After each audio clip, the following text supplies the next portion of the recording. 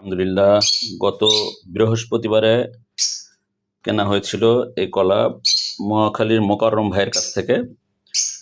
যে কালীগঞ্জ থেকে বিভিন্ন অর্গানিক জিনিস আমাদেরকে এনে প্রোভাইড করে।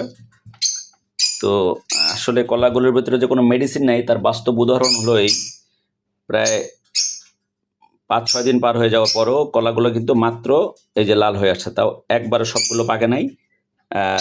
কিছু কিছু পেকে গেছে, কিছু কিছু কাঁচা আছে, এখনো পুরোপুরি নরম হয়নি, এখন খাওয়ার মতো হয়নি। আরও বোধহয় 1-2 দিন লাগবে পুরোপুরি খাওয়ার মতো উপযুক্ত হইতে।